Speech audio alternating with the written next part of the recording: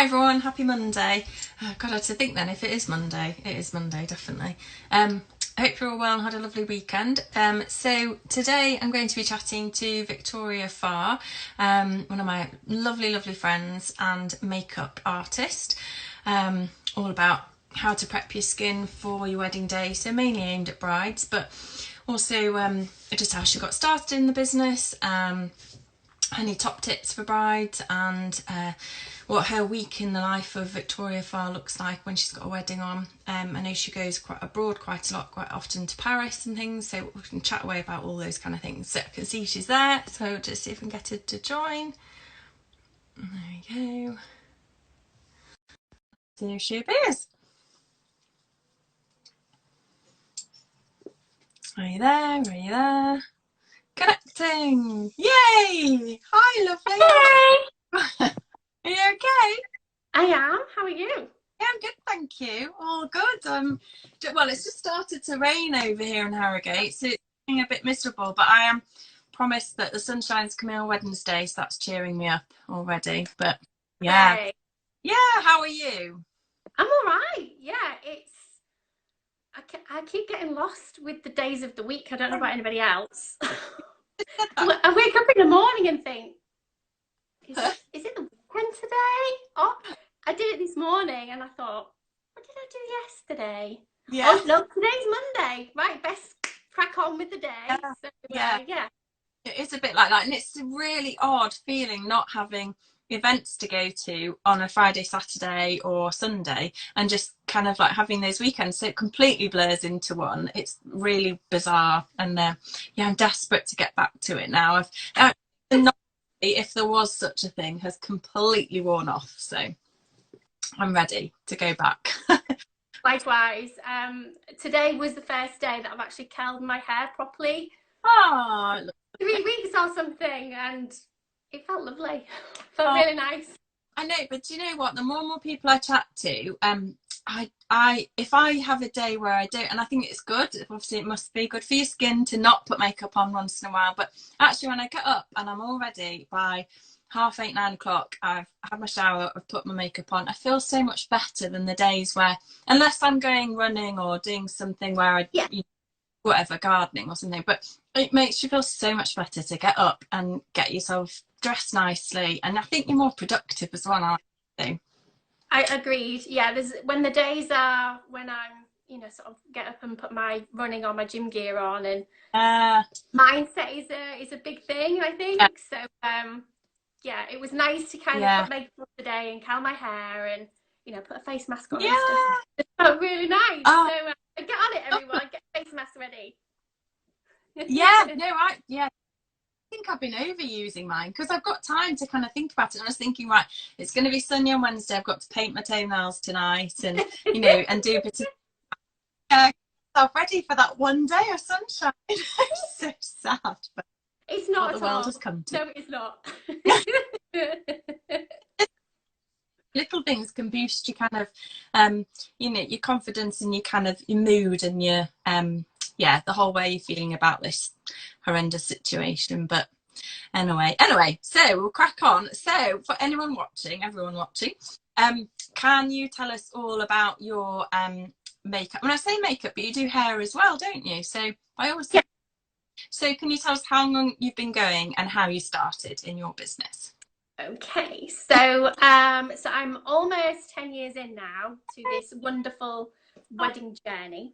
Yeah, Uh, and prior to that, my background was financial planning. So I remember this. Yeah, complete flip side of the whole career thing. yeah. And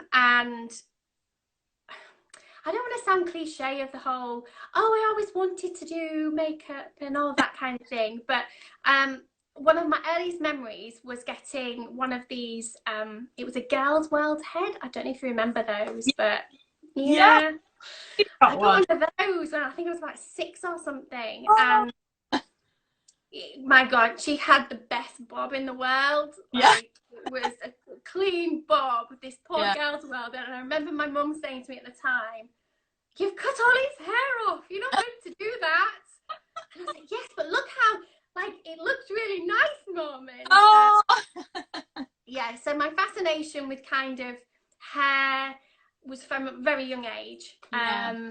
And back in the 80s, 90s, hairdressing and makeup and all that kind of thing wasn't really a career to what I know what it is Yeah.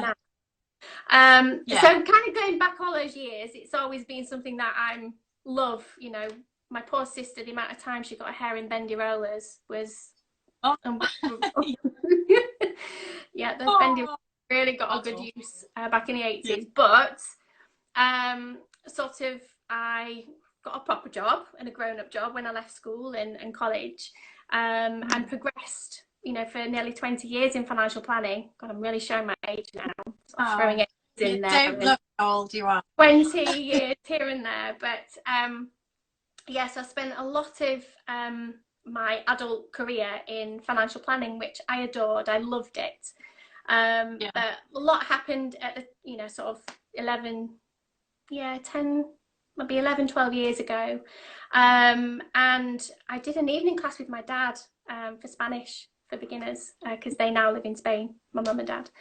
So we did that course, and they were sort of moving to Spain, and I thought, I still fancy doing something on an evening. Like, what can I do, like, creatively? Yeah. Because I am, you know, in an office 40 hours a week, and numbers and research and all that kind of thing. And I just wanted something that creatively just switched my brain off. Yeah. And found cosmetic makeup artistry at the college here in Hull, which was a year's course. So it wasn't just how to do a smoky eye. It was more about which there's nothing wrong with that, but for me, I wanted to learn more. Yeah. You know, if I'm going to invest in something, I need to know everything. I need to know everything. Yeah.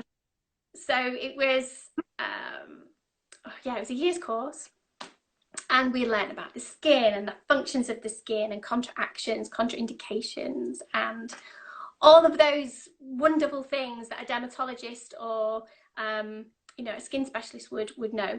Yeah. And I think it's really important. Yeah, definitely. Yeah, I think because it is, well, like with every supplier I've spoken to, it's more than just what you see on the kind of, well, excuse the pun, but on the face of it. It's so much more to it, isn't there, for you? In the knowledge, I suppose, as well. And keeping up to date with all the products and everything. So yeah, there's loads of information. You want to know, you know, you wouldn't look at, you know, a face cream or even the back of a piece of you know, an ingredient of some kind and think, well, what's actually in this, you know, this piece of cake, or you know, the ingredients behind it. So I think it's really important to know what you're putting on your face and on your body, and be mindful of what nasty ingredients can be in things, you know, synthetic things that are kind of bulking agents rather than good good ingredients that we're actually putting on the skin, because the skin is an organ, it's our largest organ, so we're absorbing these things. So I think it's important to know everything about things. Yeah, definitely. Yeah, because it's so true, and you do forget that as well, that it is a you know, a living organ. It's the biggest one you have, and yeah, you've got to really look after it. And I think we've spoken about this before. Educating from a young age, going on to. Oh my gosh, yeah. I mean, you know, your daughter, you know, she's a young adult now, and yeah, I think it's really important that to start off at a young age with knowing what's right and what's wrong. And you know, when I was a teenager, thankfully, touch wood, I didn't suffer with acne, but my poor sister had quite a bit of acne at a teenager, and I remember the doctor prescribing her something that was just stripped her skin. And again, looking at the back of ingredients on skincare products, a lot of them targeting for teenagers has got alcohol in them, which is not good for the skin whatsoever. It strips the skin, it counterbalances all the natural oils in the skin, so the skin is actually in a fight or flight mode. So again, it's education, and that was me back in the day of, okay, I need to know everything about this. I can't just go in and invest a year of my time and walk away and think, oh, okay, that was fun. But that was the intention at the time. It wasn't a case of, well, I'm going to stop financial planning and be a makeup artist. Yeah. It was just this whole creative outlet of, I need to switch my numbers brain off and my research, my analyst kind of vibe. Do you And think you found would this. then? Do you think as you were going along, did you think, right, I'm going to go into maybe like films or theatre or weddings, or was it just purely for your thirst of knowledge for it? See, I It think was, yeah, that's so good. You just did it because you were interested. Oh, I that's did, great. yeah. Yeah, and it was, it's kind of this whole, I don't want to be a cliche of, I've always wanted to do this, because I haven't. It wasn't a thing that I thought was an actual real life career, and, a successful career at that. But finding out how much this, put a fire in my belly was Yeah. quite, Oh, quite, wow. if I'm honest. Yeah, that's brilliant. So you did that for a year, and then what happened? Was it a few years later you left? No, it was pretty much the year after. Oh, right. Okay. So we finished the course and we got our qualifications, which we could then, be insured for. And one of the girls on my course, Sophie, who we're still friends with now, she said, "Oh, I've got a wedding and it's quite big and I'd really like you to come and join me." And I thought, oh, I wasn't planning on doing this on strangers or to be paid in exchange for, service and money. And it was just really for me and my mum and my sister and my friends, really. And again, that thirst for knowledge of, I'd like to do something different. Yeah. So yes, I got one wedding in the bag and that was it. I was hooked. Yeah. Oh, that's so. How long ago was that then? How long ago have you? So that was, I qualified in May 2010. Oh, wow. So we're 10 years in. Yeah, right. Oh gosh, so it is actually 10 years. Oh, well done. So, so it fascinates. So yeah, makeup and hair. It fascinates. I think it fascinates most girls, really. But it's fascinated me working with you, because it is more than. There's so much you need to know, and you've done my makeup before, which is amazing. I'm almost like, oh, I could never do this, and there's so many techniques and things to learn and about skin and everything. So, how do you start that process? You get someone looking at your website, or someone I've suggested, one of my brides, and say, go and talk to Vix, and how do you then, obviously you need to meet them, you do a trial and everything, but talk me through the process of the bride, from initial inquiry to wedding day. Okay, so if a client would like to speak to me on Skype, we've said this before, Lucy, that it's such a personal thing. Yeah. I'm not, a photographer hanging back a little bit, or a florist, or, I'm right here, like yeah, touching your face. yeah. So it needs to be a person that you're going to be comfortable with, for many reasons. And it's a creative industry, so my style of work may not suit every bride, which I know it doesn't, and that's fine. But I feel that if you've got the right person, and having a Skype conversation or FaceTime is important, and to meet someone face to face, if they want to, obviously. So once we've met and we love each other and we're deposits paid and we're in it, we're in it now. We do have a nice conversation about ideas and invitations to Pinterest boards, and I'm with the bride every step of the way. So some of them will pay a deposit and booking fee up to 18 months in advance. So for me, it's important to maintain that relationship. Whilst there is an exchange of money and service, I'm invested, and I want to make sure that you get me and have a good experience with it all. And so I think it's really important that it's not just I'll pay a deposit and then I'll see you 3 months before the wedding. I'm here as any help that you might need. Oh, you're breaking there. Oh, I'm back. You're back. Back. So it's it can be sort of several months between conversations, but I do like to kind of pop in your inbox with some tips, and I'm always on the other end of a phone, text, email, WhatsApp or whatever, because I want you to feel value from the service that you're paying for. Yeah, definitely, because it is, like we've spoken before, it is a process of, it's not just rocking up in the day. And I think that's what I've seen from working with you, is because you've built up that relationship with the bride, possibly bride's mum as well, not only from the trial, but from having that contact with them. It is actually, it's always really, and it's always amazing. I don't know what amazes me because I know you, but it's always so lovely and calm on the wedding day morning. Yeah. It's like, they're just, because they know you, they know what time you're going to be there, and you're always early and you've got everything ready, and it's just a calming experience where there's no running around. It's great fun and fabulous, but everything is calm, and that's so important on the wedding day morning, isn't it? Absolutely. You know, and whilst I'm chattering away now, that, you know, on the wedding morning, I'm there doing what you're paying me to do, and to maintain the timings and a calm atmosphere, and to make sure that you and everybody else in that room has a lovely time. Yeah, exactly. And you do the bride and the bridesmaids as well, don't you? But Yes. so sometimes you bring in a team of people as well, don't you? Or to have, Yes. so Yeah. So we don't want to be up at 4 a.m. no. No. Well, I am up at 4 a.m. some weekends, Yeah. but but yeah, I can, you know, look after everyone, and bring along one of my associates, who I know and trust, and Yeah. happy for them to be in the room with us all. So Yeah, a great team of people. That's good. yes. And so how do you, so obviously the bride then can contact you on her kind of wedding planning journey to the wedding day with, and like we're just saying, yeah, it's the final day, wedding day, it's all nice and calm, and you're there, and all that reassurance, you've built up that lovely rapport with your bride, but you've also maybe helped her with skincare tips as well, haven't you? Because she might have blemishes or worries, or you know, I know I've had a few brides where they've asked me lots of different things about their skincare. I mean, God, I've just referred them to you.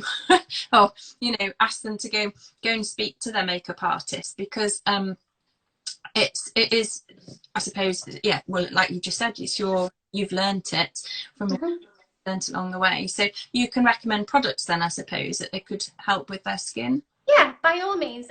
You know, one of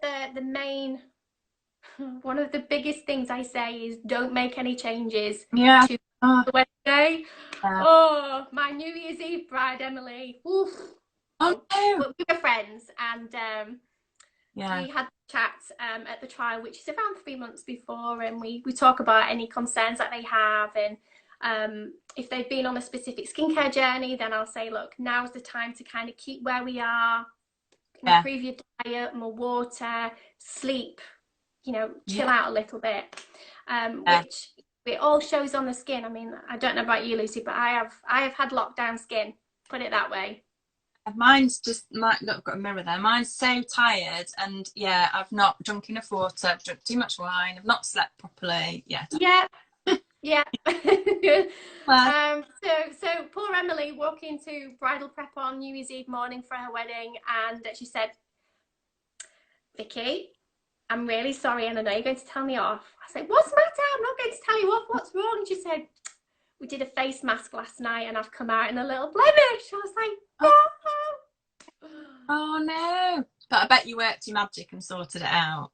You couldn't see it at all, and even she was sort of, yeah.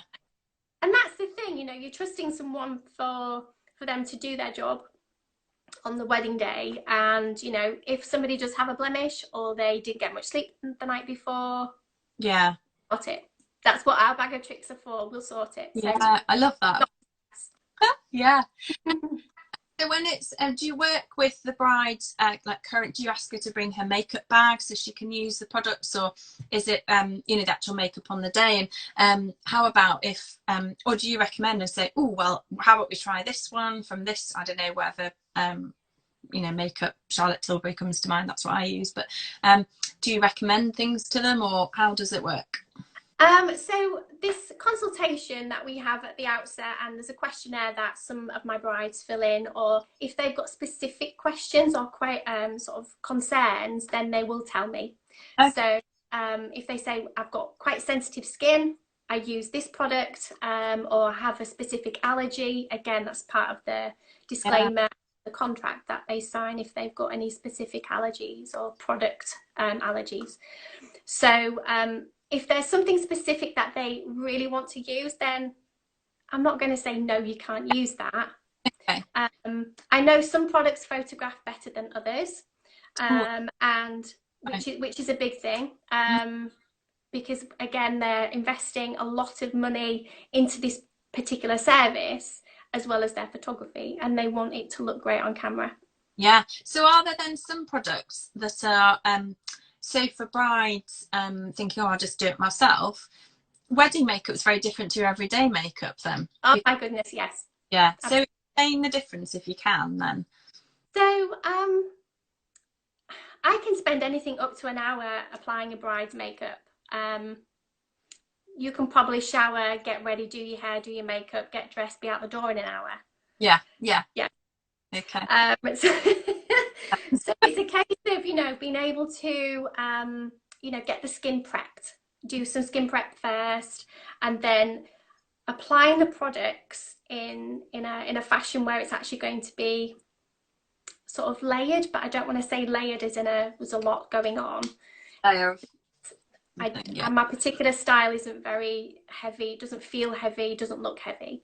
But it's actually allowing the products to sit into the skin and to kind of, for them to all work together.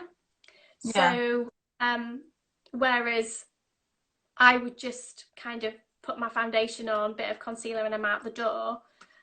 But with bridal makeup, we'll probably use a specific skincare if they've got oily skin or dry skin, and prepping that first and letting that all do its job. Then, you know, layering on the products on top of that so that they're setting effectively. Yeah. Yeah. They've got to last all day as well. Got to last. You know, I'm there from probably 11 o'clock in the morning, and it still needs to be great at 1 a.m. the following day. Yeah. And for them to forget about it as well. I don't want them to think about, oh gosh, is it going to last all day? Am I going to have things? Yeah, and fall off when it, and especially like if, well, not that we get too many boiling hot days, but especially if we have, because I know I go quite shiny when it's really like a really sunny, warm day, and I know brides have that issue, and there used to be these little like almost like blotting paper kind of things. Yes. So yeah, so you've got to make the makeup last all day and look good, and for photographs at the end of the day and at the beginning, I suppose. So yeah, so it's not maybe so wise to think you can just do your own makeup and I mean, okay. You know, if I was getting married, I wouldn't do my makeup. And it's not just the makeup itself, it's the whole experience of sat with all of your bridal party and a glass of champagne and have someone do your makeup and your hair and not have to think about it. Yeah. Yes, please. Yeah, being pampered, having someone do it for you, absolutely. And it's just, and also if you are a bit nervous, and no one knows how they're going to be on their own wedding day morning, if you're a bit nervous and you're doing your mascara, your eyeliner, and you mess it up, then it can completely change your whole kind of frame of mind for the day, can't it? If you're relaxed, someone amazing like you looking after you, doing everything for you, and you walk out the door feeling the $1 million, there's nothing better. So you sold. Agreed. On that then, have you had any real challenges on like wedding days or leading up to weddings? I would say challenges on the wedding day could be, you know, there is a little bit of an outbreak. Yeah. I don't see that as a challenge. I hope, it's fine. Yeah. And I'll probably say timings. Yeah. I think people are most worried about timings. Yeah. But, you know, 10 years in, and goodness knows how many wedding mornings I've done. I've lost count. Yeah. I know how it works. Yeah. And again, I feel like I'm there to look after you and make sure that part of your wedding day is as equally as important as the next part, and the speeches and dancing with your other half, and you know, all of that is as important to me as you know, the end bit is, and the whole thing. Yeah. So being able to say to you, right, you're in my time now. Yeah. You're not going to be rushing. Yeah. It's going to be time for a glass of champagne at the end. and you're just not going to worry about anything. Yeah. Let me do the worrying. Yeah, that's good. That's what I say as a planner. Like, literally hand over the timings to me from the day before. Just let me carry it. Let me sort everything. Don't look at your watch. Just let it be. Don't. We've talked about timings for the past however long, and they just should not be about that. So, and the thing is, it goes by so quickly. That is probably the most common question. Yeah. Is it? Oh gosh, that's a really long time for bridal prep. It really isn't at all. No, yeah, and it gets to it, and you're like, oh my god, we've only got this long left, and it's because you are. I hope the brides are relaxed, and the brides have a lovely time, and time just goes so quick on your wedding day. So it does. Yeah, having someone amazing like you to kind of look after them, and you're there, so important. You are. Yeah, whatever happens in the morning, you are setting the mood for the rest of the day, aren't you? So really important to have a professional who is lovely and calming and relaxing, and who has built up that relationship with you. So you're not just having a stranger walking in, as you've said. No. So, yeah. It's really important to get the right person. Yeah. In whatever genre of business within the wedding industry, that you have somebody that gets you and understands you. And when we meet at the trial, and the whole process before the day itself is that we'll go through ideas, and I'll get to know you more. I'll even look, when we meet at the trial, which is about 3 months before, we'll talk about your ideas, vetoes, things you don't want. Equally important, because there are some girls that say, oh, I've no idea. Yeah, I bet. Which is lovely. Yeah, also quite hard. Trying to get a little bit more information out of them, but I'll take cues from the clothes that they're wearing. If they're wearing nail polish, jewelry they're wearing, is it gold or silver? And just sort of get to know them and their own individual style, which is really important. Yeah, definitely. So then you're saying about the trial being 3 months before. Now, this is something that a lot of my brides say. Well, how do I know? Because they look at your website, and obviously they can get recommendation from me, but obviously, and I can personally recommend you because you've done my hair and makeup before. So I know that experience. But when brides are then looking at websites and say they've got 3 makeup artists and they think, yeah, okay, they look great, I always say, but don't be fooled, because that's not you in the photograph. That's not your wedding venue. It is about the relationship. So how do you I'm not saying how do you get them to book you, but how do you build that relationship without actually doing the makeup on them, unless that's saying that's 3 months before? Can they, if they wish, have an initial trial? Because I know some of my brides have gone and met 3 different makeup, done that, and then chosen which one's done the favorite makeup. Is that the best way to do that, do you think? It is. There are some ladies that are happy to go ahead, and I'll see you 3 months before. Okay. But as I said, it's such a personal thing. And any creative industry has a creative take on it by the artist that's performing it. So if you're unsure, if there's any form of I'm not really sure if I should be doing this, or definitely have a trial first before you make any commitment. And I would actively recommend that. Your makeup artist will charge you just for that appointment. And so everyone's kind of knows what the expectation is. But again, the same thing will apply of chatting about what you like, what you don't like. And sometimes it's a little bit difficult, a little bit tricky, because the dress may not have been purchased, they've not thought about floral arrangements and all these other bits and pieces that do form part of the consultation and the trial appointment. Oh, okay.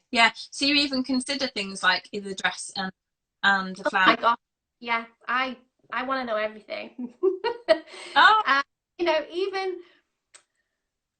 Even so when I mentioned about looking at their own style, some girls will come with their hair up for the appointment, and they'll say, I'm going to have my hair down, and and I say, okay, that's lovely. Do you wear your hair down normally? Oh gosh, no, I hate it down. It just annoys me. Why would you do that then? Okay, so we may not want to have your hair down because it may annoy you on the day. or some girls that say, I'm going to have it up, and I have it up for work. Yeah. Maybe if your hair is up, you may feel it's work hair. So again, it's getting that balance of asking the right questions and being able to form some ideas, because you might not know what you want until you see it. Yeah. And do you have them often changing their mind and kind of saying, oh, well, I want this? And I suppose also another influence would be when it is, if it's summer to winter, maybe, to do with. Absolutely.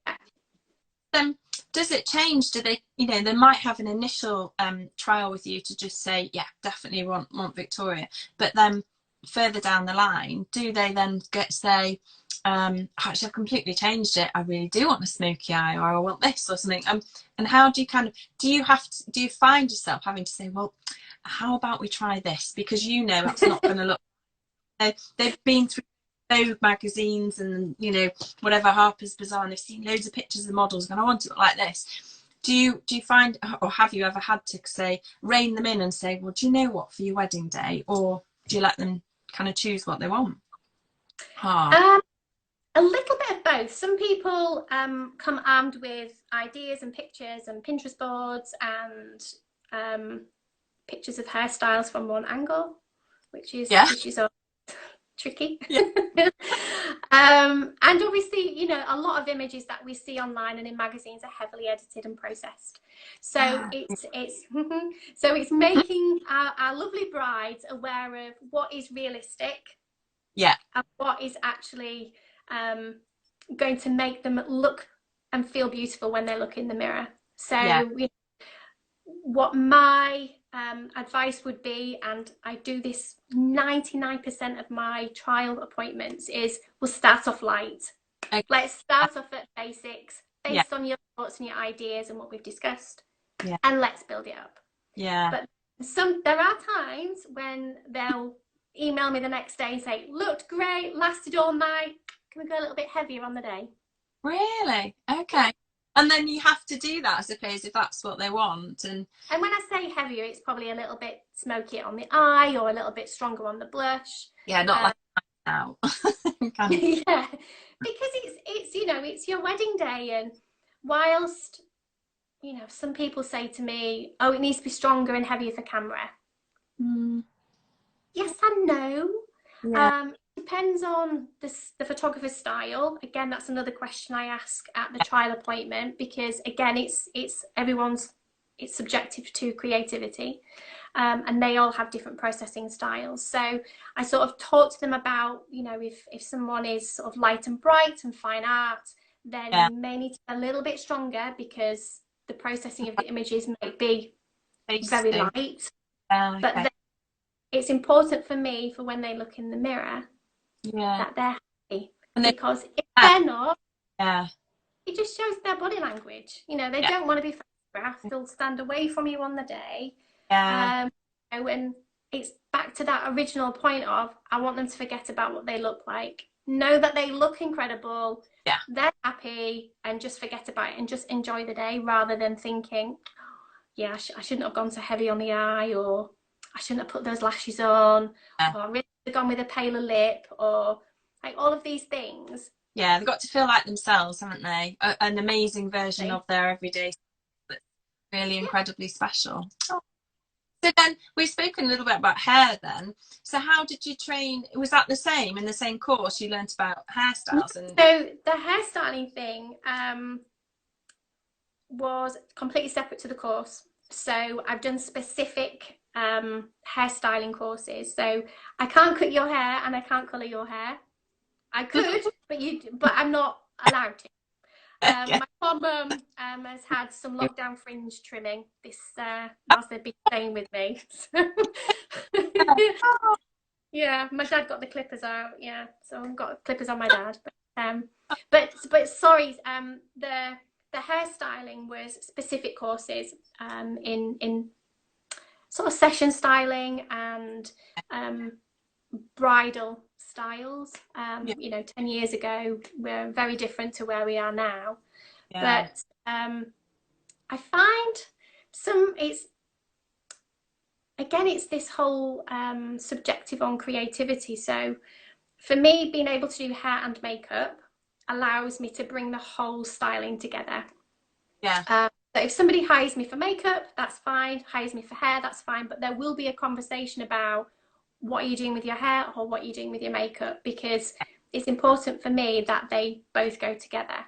Yeah. So someone's having, you know, a very sleek, you know, tied back style, and then their makeup is extremely strong and they're not used to having that, they're just going to feel weird all day. They're not going to feel, they'll feel self-conscious, and it's that body language thing again where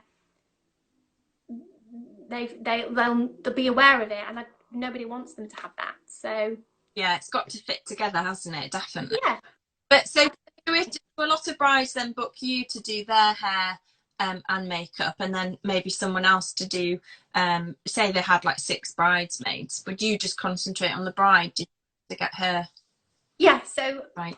More, there's only so many services that I can carry out on a day. Yeah, that's what yeah. So unless you want me to start 4 a.m, but no one wants that. No. So I will 90% of the time I will work with the bride, mum, maid of honour, and look after those 3. So that's 6 services if everybody wants hair and makeup. Yeah. Maybe a flower girl. You know, you and I have worked before where we've had big bridal parties. So I've got an associate in and they'll look after the bridesmaids. And we'll work it between us. So we're there until the end anyway, till you go for the ceremony. So, you know, we want to make sure everyone's happy and picture perfect before they leave. Yeah, definitely. They always are, just say. So then, so how do you kind of choose what makeup you kind of work with, and how do you keep up with trends and the latest products and the skincare products? I mean, I'd imagine your bathroom is going to be full of, I mean, mine is, and mainly because of Tilly stuff, but mine is just because the latest thing comes out with scientifically proven this and that. How do you choose, or how do you work with the best makeup? It's a lot of trial and error, and I don't know if it's because of the length of time I've been doing this job and sort of can spot things that I like, and you know, I'm not kind of drawn into the marketing. I mean, get me in Harvey Nichols in Leeds, I'm a goner. Yeah. It is smart time when actually it's probably I love it when they're on TV programs, they do like the top 5 of this, and actually quite often it's one of the cheaper ones that's amazing reviews, but it's everyone seems to want the more expensive one because of the marketing. So is there anything we should all be on the back of labels, or is that what you do to kind of look what's in it? Kind of, yeah. So there's certain, I'm not endorsed by any brand, so whatever is in my kit I've bought myself. So I'm not gifted any items, everything's bought myself. And I think there's quite a few cosmetic brands out there at the moment that have got a high turnover of products. You know, I love Charlotte Tilbury, but there's a new eyeshadow palette coming out every week, and it's overwhelming. Never mind for the consumer, but also for the artist. Yeah, that's very true. Yeah, so everything that goes in my kit I've tested and tried on myself to make sure that it does what I want it to do. But I've come to realize that if you like something and the formula doesn't change and it works, just stick with it. I like what I like. Yeah. And know what it does.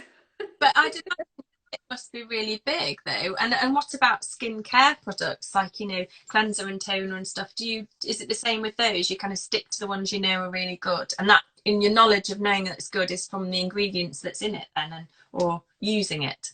Yeah. There's always something new out. There's always a new product. There's always a new formula. And cosmetic brands change their formulations as well. So, you know, I remember, or the Yves Saint Laurent Touche Eclat foundation that I had in my Oh kit yeah. when I first started, which, oh gosh, I loved, loved, loved, loved. And they changed the formulation, so the colours have all gone a bit weird. So I Oh. couldn't rely on that in my kit again. So, you know, it's Mm. trying different things. But I've got a lot in my kit bag, and the thought of having more things to work with and more things to carry is quite overwhelming. Yeah. Yeah, but I'd imagine then, say from meeting a bride, you kind of get to know, right, is it from looking at her you think, or do you take everything to that initial trial to think, right, well, I've got to look at her skin, or do you ask for her to send photographs and things? And I suppose, how does that work if you know, because you do a lot of weddings abroad, I know that. So are those brides abroad? Do you have to get her to send a picture of herself with no makeup on and look at everything? And then how do you decide, more so I suppose with the abroad weddings, what you're meant to take with you? So in the Or, UK and the UK weddings, I will take my whole kit okay, all the my time. God. Um, it's my cardio, Lucy. It's why it's Yeah. cardio. So I'll take my whole kit just because I would hate to take Yeah. something out and then need it. Yeah. Yeah. Well, it's like me with my toolkit out. Exactly. Yeah. Yeah, you take something out, you'll know you'll need that, Yeah. right? Yeah. Yeah. But for destination weddings, slightly different. Mm. It's surprising how much I can streamline my kit when it has to go on a flight, Oh, which is interesting. really? Oh, but Yeah.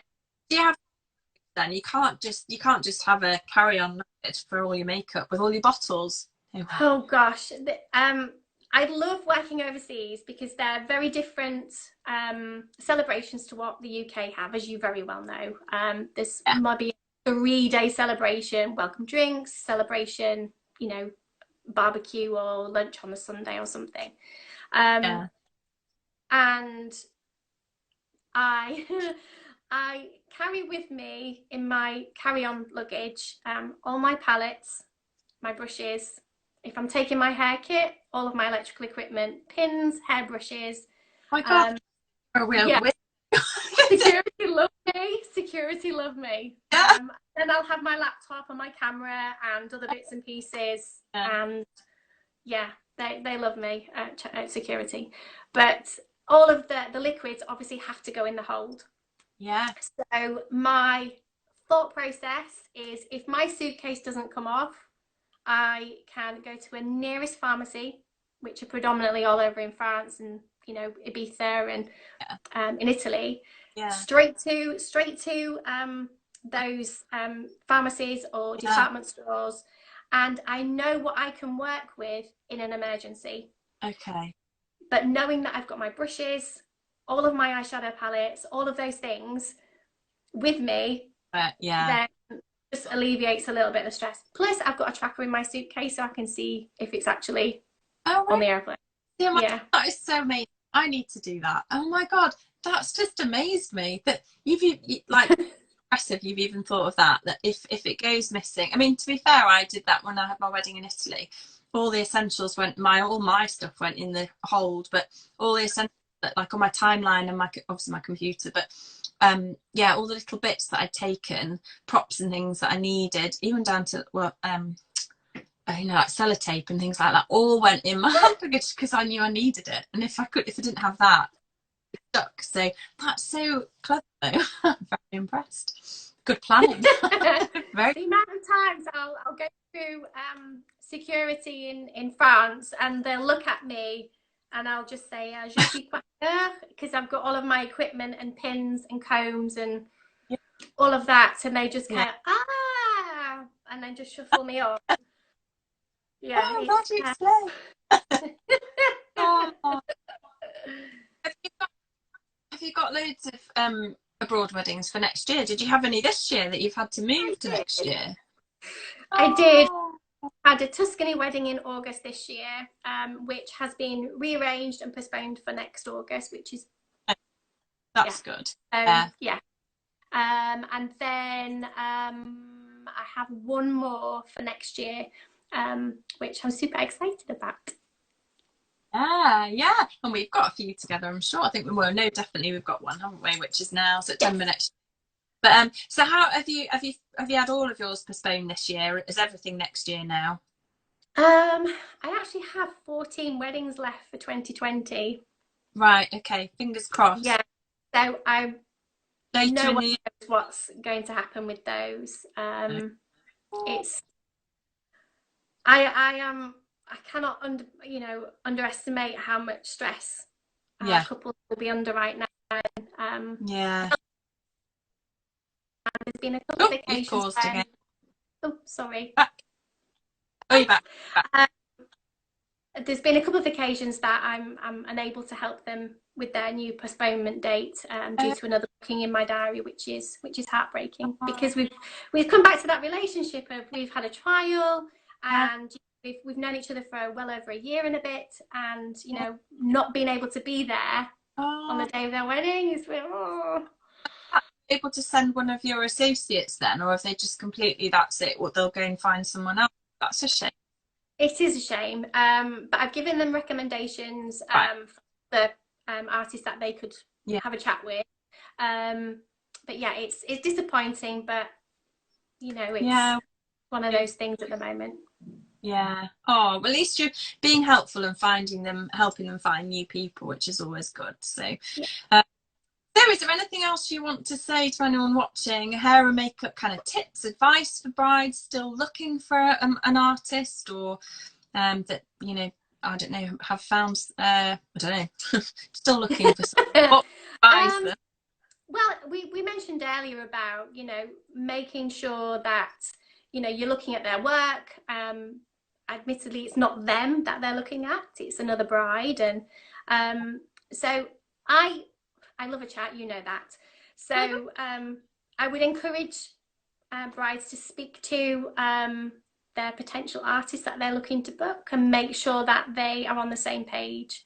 Yeah. What one person's definition of a smoky eye and soft sculpting is totally different to somebody else's. Yeah. And there have been occasions where well, 2 occasions, so in 10 years, that we've not been right, and that's okay. Yeah.